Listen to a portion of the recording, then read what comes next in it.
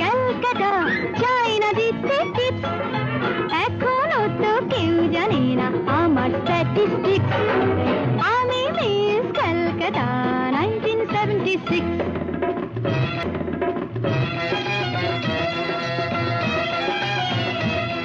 আমি হরিয়ানা থেকে মিলিদানা হয়ে চণ্ডীগড়ের রানী, উড়ে এসে জুড়ে বসে খেতে বড় ভালোবাসি বাংলাদেশের পানি।